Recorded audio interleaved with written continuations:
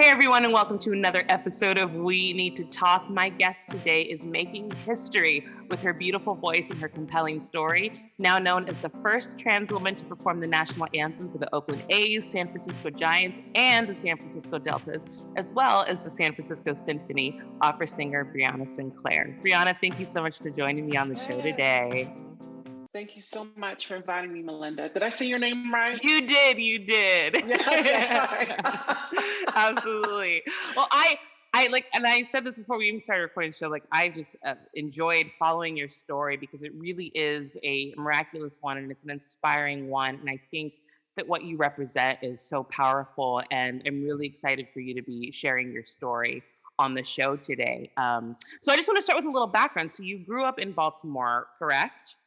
Yes, from B-More, home of the Awesome. Orioles and the Baltimore Ravens. I love it.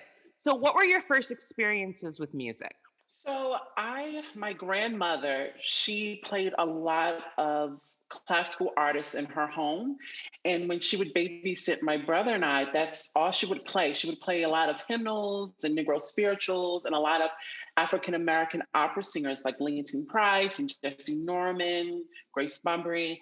And she took me to my first opera at the age of 5. And my grandmother told me that I said this to her, that this was something that I wanted to do for the rest of my life, because I was so I guess in a trance when I saw Madame Butterfly at the Lyric Opera House in Baltimore. And I naturally had a gift of singing. And I remember growing up in a New Shiloh Baptist church. I was studying under Dr. Nathan Carter, rest in power. And I sang my first solo when I was about 5 years old. And I saw people at church on the ground. I'm like, what is going on? And the pastor went up to my mother and said, you need to do something with this child's voice because it's extremely powerful. And so my grandmother she invested in me. She made sure that I got lessons at Morgan State University under Nathan Carter when I started at 12. And then I went to Baltimore School for the Arts, and then the rest is history. So I love that. I feel like it's a kind of an age-old story with a lot of singers that you grow up singing in church. But what I really love is that you were exposed to opera at such a young age, because I would say even in the Black community, sometimes we really aren't afforded those opportunities to be able to expand our horizons when it comes to musical taste. So I'm sure even being a Black opera singer, that was kind of almost an anomaly in itself, because I actually, this is a little thing. I actually went to school for opera as well, and never wanted to be an opera singer. I really just went for the training because most of my music is very pop soul. But when I had to do the education on my own to really be exposed to other Black female opera singers, because it's very rare. But when you discover them, it's like, it's like the gates kind of open up, Yes. So who were some of your biggest influences when you decided to go into opera as your full-time career?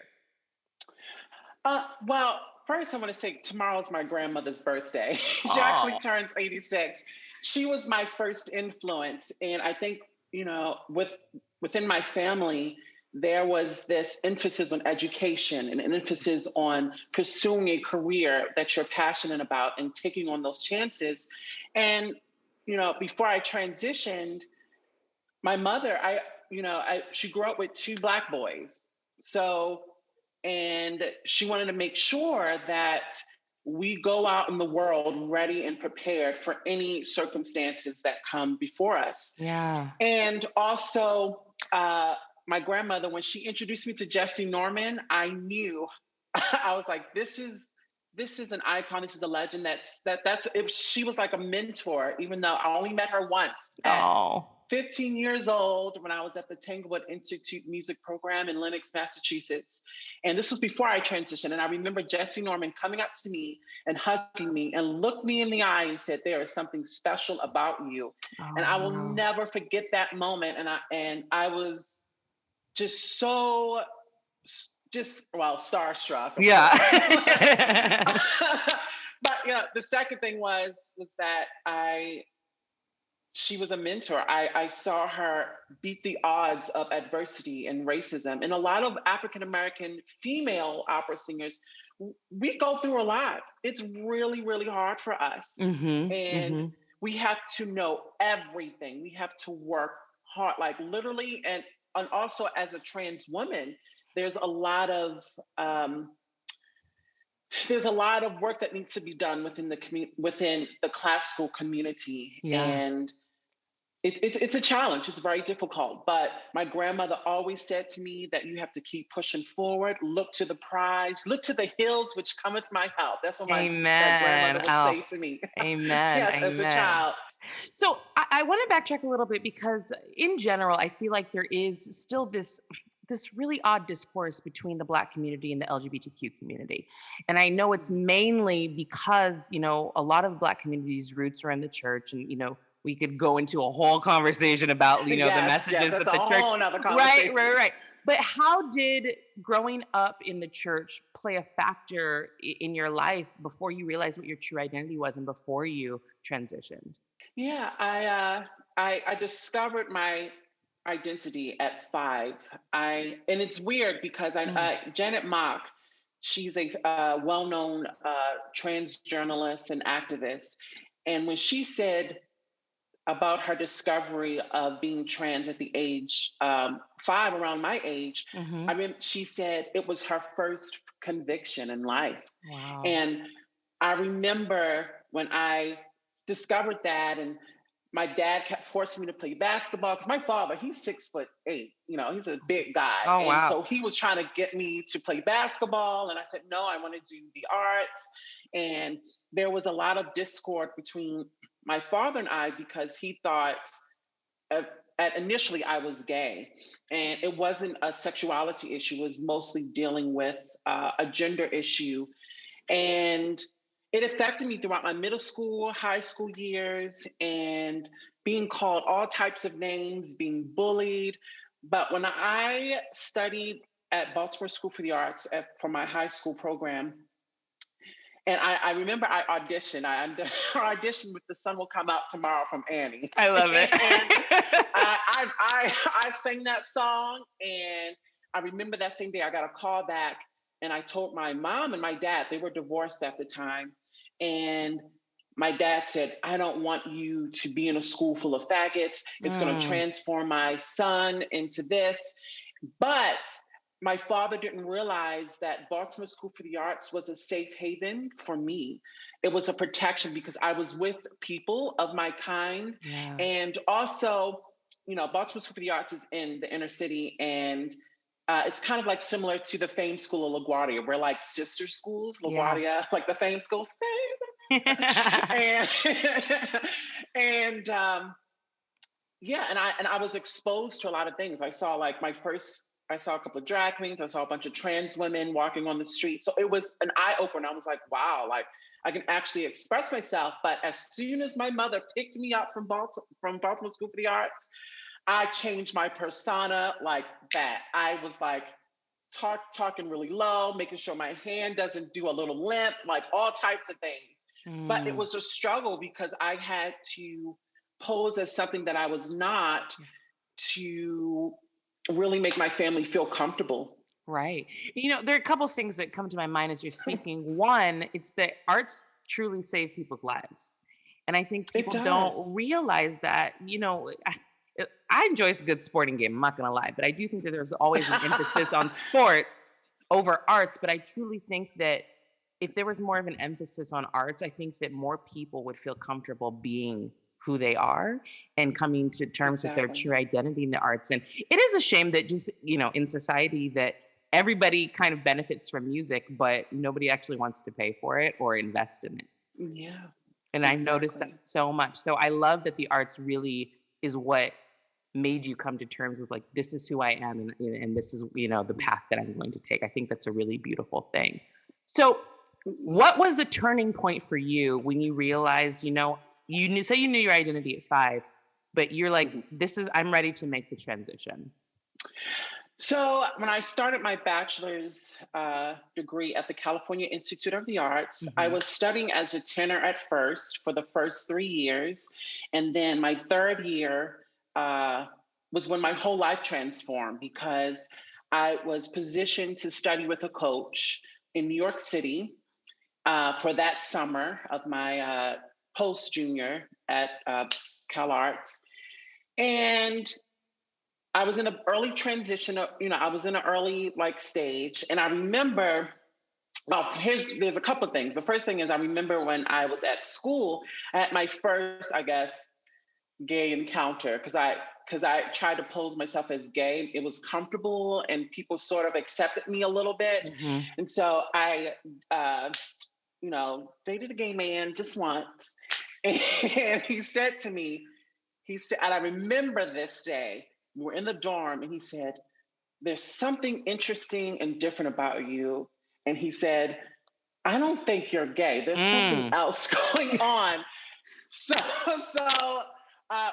we stopped dating. And then that was when the self discovery started to happen. So then, secondly, there was a trans male that was at my bachelor's program, and he was in the film and visual arts program there. Hmm. And when he said to me that he was trans, my jaw went to the floor because I would have never known that you could actually transition and get hormone therapy and go see doctors and etc. So then I started doing therapy at my bachelor's program. And I remember I said to my therapist and I said to her, I'm ready. And she's like, I know you are. You look like you've been Oh, ready for I a while. love that. So, so she wrote my letter to the doctors so then I can start hormone therapy. The third thing was um, when I was asked to study with that coach in New York City, because I was going to audition for Manhattan School of Music and Hmm. Juilliard for my master's program, and that fell through because Mm. I emailed the teacher and I said, um, I am in the middle of transitioning. I'm not going to be singing tenor anymore. And he stopped talking to me. Then I was living with a friend of mine and her roommate was a straight male. And I remember coming back, it was in Harlem. I remember coming back to the brownstone. My luggage was in the garbage, my purse was in the garbage, and I was homeless for 3 months. My Oh, mother had wow. lymphoma cancer that year. So I didn't want to talk to my mother because she was struggling through her lymphoma cancer, which she is in remission, thank the Lord. And my family completely opted out and disowned me. My gay uncle, which I was shocked, disowned me. And because his theory was, can you just be gay and keep the feminine stuff in the home? And Mm. so there was a lot of that going on. So I was homeless on the street. And I remember taking out two dresses from that suitcase that was in the garbage. I took out my purse and I wore those two dresses and only flip flops that I had because my feet were so big. I didn't know where to find shoes. And I wore flip flops and those two dresses for 3 months on the street. I slept in Central Park. I traveled to internet cafes just to talk to my friends because they were worried about me. My phone shut off because I wasn't able to contact anybody. And I really thought in that moment that this was my life. This is it. Mhm. I I'm unemployed. I can't get a job. But I remember there was a trans woman named Ava. She was a fully transitioned woman. She was Latina, and we hung out for a while. And she said to me, "You need to go all the way through." She kind of uplifted me through that process. And that's when I decided that I fully transitioned Mhm. bodily and everything. But there was a guy named Chris, and he saw me walking to the corner store, and I was like humming, and he went up to me and he said, "Wow, you have such a beautiful voice." And I told him my story, and I said, "Yeah, I'm just trying to figure out a way to go back to school, but because I was going to sleep in the alley because there was a garbage can down there, and I was going to go in there and sleep in there, and it was protected. The garbage can was up, and I made sure I left before they got the garbage." And he said to me, uh, what I'm going to do for you, I'm going to write you a check and I want you to take first class back home to finish your senior year at Cal Arts. And 2 weeks afterwards, he let me stay at his home for 2 weeks. And then there was no sexual exchange. There was nothing. There was none of that. He Mm. respected me. He took me out to dinner, made sure I had food. Um, and I took my first class plane ticket back to Cal Arts. And he said to me, my only promise from you is that you get into the Metropolitan Opera and you send me your degrees. So that was my way of giving back to him. And Malynda, if it wasn't literally for him or there was some angel of protection or something going Wow. on, I would not be here today. And being homeless in New York City, I dealt with sexual abuse. I was raped in a car. Um, I was beat up. It was really bad, Malynda, and I really thought this was it. And when you hear Black trans women and their stories and what they Yeah. go through, it is real. It is Yeah. scary and is real. So, yeah. And then that's when I fully transition and move forward with my life. Wow. I'm sitting here looking at you and like you just would never know that someone as poised and as beautiful and just kind as you are has been through so much. Like I'm like emotional just hearing your story. Oh, no, I'm sorry. I don't Um mean to make you emotional. no, no, no. It's really incredible how much you have overcome. And do you still talk to Chris by chance? Every so often, but I know he's been sick for a bit. Mm, So, but I messaged him when I got my master's degree at the yeah. conservatory, and he was so proud. And he said to me, just make sure you get accepted into the Met because I want to be front row and I want to give you Oh. flowers for all your hard work. Wow. So See, there are good people left in the world, there and are, it's very few. that is wow, that is an incredible story, and I love hearing that. I love hearing that. It gives me faith in humanity just a little bit, Yes, just a I know. little A bit. lot's been going on. So, girl. So, I do wanna touch on something because I don't think people realize how difficult it truly is for specifically Black trans women. And if you could just talk a little bit about the rights that you are still fighting for as Black trans women to give a bigger picture so that people truly understand what the fight is.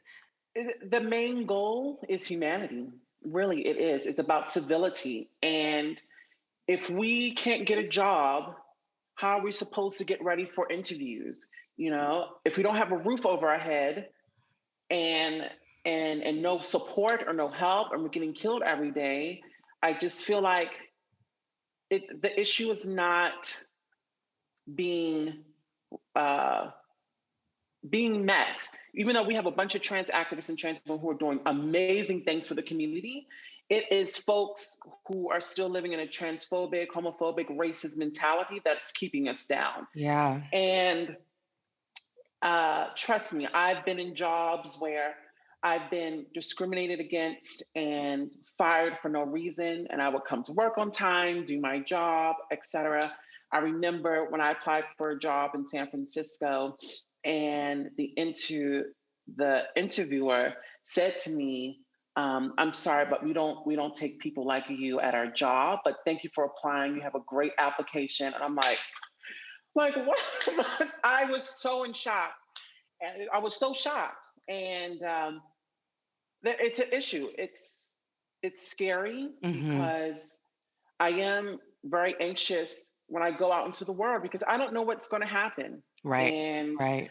but I have to stay strong, keep my head up high, and I'm dealing with being trans and being a Black woman. It's a lot. There's a lot of things overlapping that Right. I have to go through and deal with. And it does not matter how pretty you look. It does not matter how passable you look as a trans woman. We all get discriminated Right, against. right. And it's probably, I mean, we know this, but it's a level of fear on the other person's part because people fear what they don't Mhm, understand. And if people just sat mhm, down and tried to have some form of understanding in all aspects, in terms of, speaking to people of different races, different cultures, different sexualities, different genders in general, we would be a lot further as a society. But so many people are just afraid to take that step to just try and understand somebody else's story. So I'm so grateful for you, your openness and your vulnerability just to be able to speak about it, because the more people that hear your story and just get to know you, I hope there will come a level of understanding, that fear is just kind of washed away as a whole. Yeah. So Well, I hope so. I hope so, girl. I mean, we'll wait a while. I'm just like, we're probably looking at things that are, in general, just discrimination that our parents probably went through, in the 50s and 60s. We're Exactly. like, it is 2021. How are we still going through this? It is. Exactly. You know? Yeah. So let's talk about the opera community as a whole. What are Mhm. some positive changes and progressions that you have seen? And where do you think they're still lacking and they need to work on? Oh, wow, that's a big question. um, the positive thing is that they are slowly opening up. Hmm. I am shocked that I have performed in many major halls, and like with the San Francisco Symphony, I sang at the Walt Disney Concert Hall. These moments in my life have been like nuggets of there is a possibility that things are moving forward. That's the positive, and there's only one. and, but the other issue at hand is that before we even deal with hiring trans and gender nonconforming people in the entertainment world, we need to deal with the racism issue. That's the thing. In the opera community, I know many of Black opera singers who are my peers tell me the struggle that they go through with Mm, that, and how you have to keep moving forward. Like I always say, just keep pushing, keep moving forward. But it can be draining. It can be right. mentally and emotionally draining, um, because it's still a white centered industry, because a lot of the donors are, um, most of them are white men who donate, and white women who donate to this community.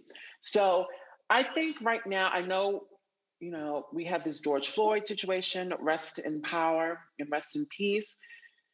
But I'm learning now that we are not a hashtag, and we're not a hat or a shirt. And this is something that I have to keep reminding myself.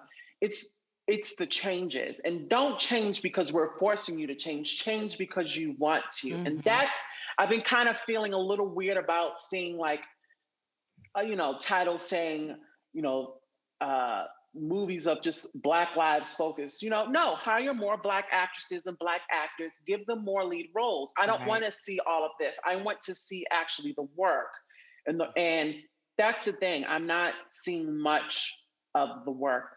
Um, but when I studied at the San Francisco Conservatory of Music, it was really hard for me because I was transitioning, and like really transitioning. Like I got my name changed and all of that. And most of my peers at the conservatory had wealthy parents and fathers to pay for their tuition. And I Mm, had to work two jobs. I auditioned every year to get a scholarship so I can stay for my master's program. Um, I remember one teacher, and I won't say his name, he didn't like me for some reason because he was uncomfortable. And I remember hearing him down the hall when we had opera workshop, and I was singing the Carmen aria and the duet with the trio and the cast. And I was going backstage, getting ready. And he said, I heard him talk to another student and say, she's never going to make it. Why do people mm. want people like her? And I remember hearing that. And I said, wow. And then I went back up. I performed my song, got a standing ovation, and then I called it, I left. So there's still a lot of work that needs to Yeah. be done. But Yeah. uh, Malynda, you have no idea the amount of um, darts that I have to go through. But the positive thing is there are good voice teachers like Shirley Grunewald. I'm studying with her at the San Francisco Opera. She is incredible. She uplifts me. And she said to me, Breanna, your main goal is to sing. Put the transness aside. She said, you don't want people to just notice you're trans. And she's like, you're smart. You have a degree. She said, you are an opera singer that happens to be trans. Don't Yeah. let it define you. And she really kind of uplifted me And my coach at the San Francisco Conservatory of Music, Ruby Pleasure, she's like my mother. She, Black woman. She was about what, 5'1". That's I was like, I mean, she looked like my mother. It's really strange. And she uplifted me through the entire conservatory process. And she always said, just be true to who you are and let that come out through your sound. Know your music front to back, and you walk out there with confidence. And she would say that to me all the time because I would go to my lessons crying, like maybe I should quit the conservatory and quit Mm, classical music as a whole. Like my second year at the conservatory, over and over, I just kept thinking, should I quit music? Should I quit music and just and stop? And thankfully, I didn't quit because I didn't know these blessings were coming my way. And I had to be grateful and be grateful of my gift yeah. and know that it is a gift from above. This is not mine. This is a gift from above, and that I am sharing it to the world. And I know people see that, oh, as a performer, you see the glamour in your hair and all that. I was like, but it's hard work, first Yeah. of all. Right. And second of all, I don't think people understand that as a musician, as an artist, actress, whatever, we are actually serving the community. And I know it's hard for people to get that in their head. We are expressing our craft to audiences so that they can be free, so that they can learn, so that they can grow, so that young folks want to pursue in something or give and inspire. That's our job. Our job is to inspire and uplift. Yeah. And that is something that I have to continually remind myself, just to keep me humble. Absolutely. I was curious for you because you mentioned obviously being Black and being a part of the LGBTQ community, it is a difficult thing to navigate. So, how have you managed to be an advocate for both groups? Because it's a lot of Ooh, work, I'm well, sure. it is, yeah. I understand that people have been labeling myself as an activist or, a leader, but that's a heavy crown on my head because I'm still trying to deal with trying to operate in a business where there's a lot of hidden discrimination that's Yeah. happening. But Yeah. what I can say is that our communities, we have to uplift each other. That is so important. Where nobody's perfect, but in order for us to move forward, we have to come together. And slavery and American society has put us in a position, especially within Black people, to go against each other and not, Mm, come together as a team and thrive together. Um, when I go up and sing, I try not to overindulge, not indulge, but like obsess, that's the word, over me being trans before I sing, because I have to realize what's the message. There's a message behind everything that I'm doing. What's the message that I'm giving to the community and to people of color and Black people and trans folks? Why am I called to do this specific work? So I have to remind myself that even though people put these labels that I'm an activist and all that, it's I don't want to call myself those things because it's not easy. That's a right. lot, Right. to put on someone's plate. It So is. But that's you why we have Janet Mock and Laverne Cox and all them. So For sure, but I think you need to know though what you're doing and the kind of how you're presenting yourself. You're setting yourself up naturally to just be a role model, to be somebody that people can look up to. You are making positive mhm. differences. So whether you want to be called that or not, you probably will be because you really are making a difference. And I know there are going to be, younger people that may be struggling that will see you and hear your story that are going to say, you know what, she did it, so can I. So you have yeah, it's a big crown to wear, but you will look beautiful with that crown on.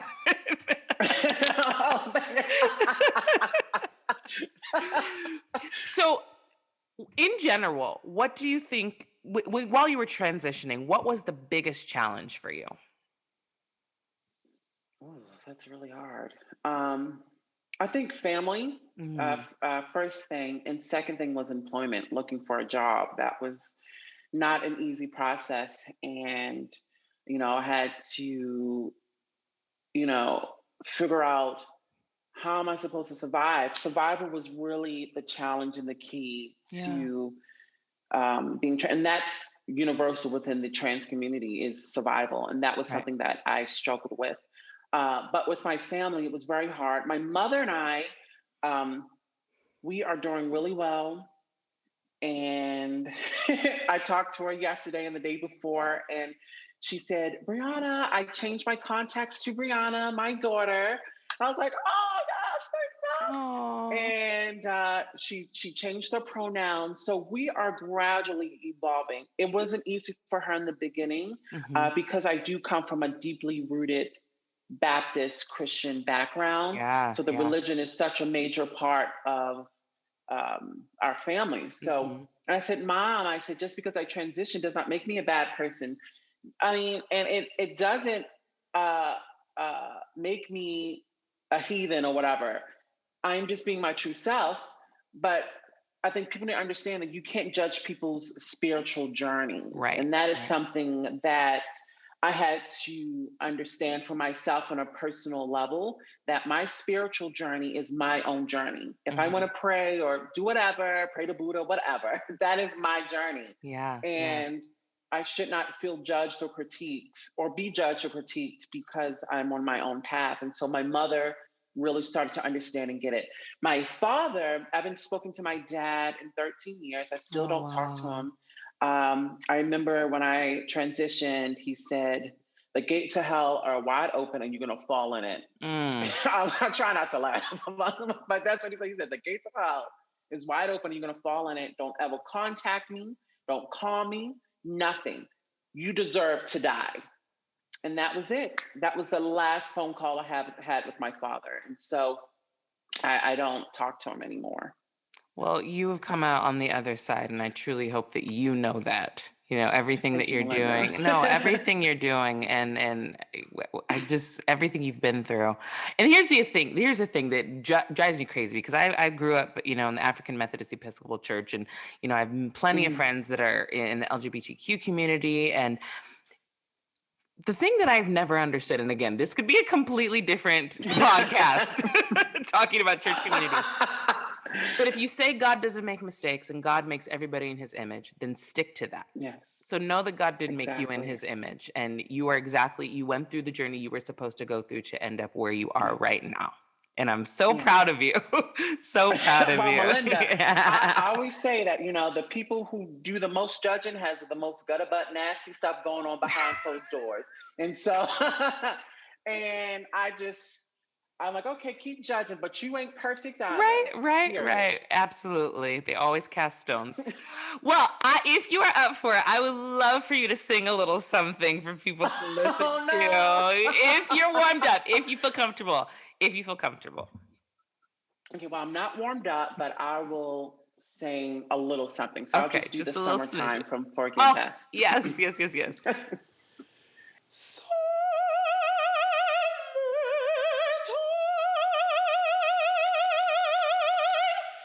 and the living is easy. Fish are jumping and the cotton is high.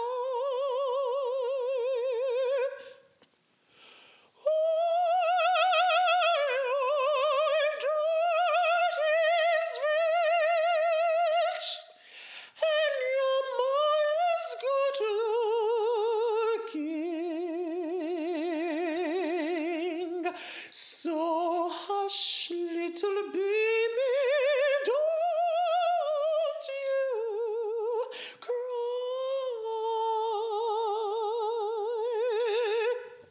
She's not warmed up, she says. No, I'm not. I'm really, I truly am not warmed up. Well, that was beautiful. Brianna, thank you so much. It was such a joy to talk to you. Can you please let everyone know Thank where they you. can find you and where they can follow you in your journey and your beautiful singing? Yes. Yes. So my Instagram is Breanna Elise Sinclaire. So BreannaElysCeLair. Oh my gosh, that is such a long name. And why did I do this to myself? And you can just find me on Facebook on Breanna Lee Sinclair and Twitter at Brea Sinclair, BreaSinclaire. Wonderful. Thank you so much. It was such an honor to speak Yes, with thank you. you. Of Oh my course. God, yes, thank you so much. Absolutely. And to the listeners, make sure you subscribe to We Need to Talk, and we'll talk to you again next week.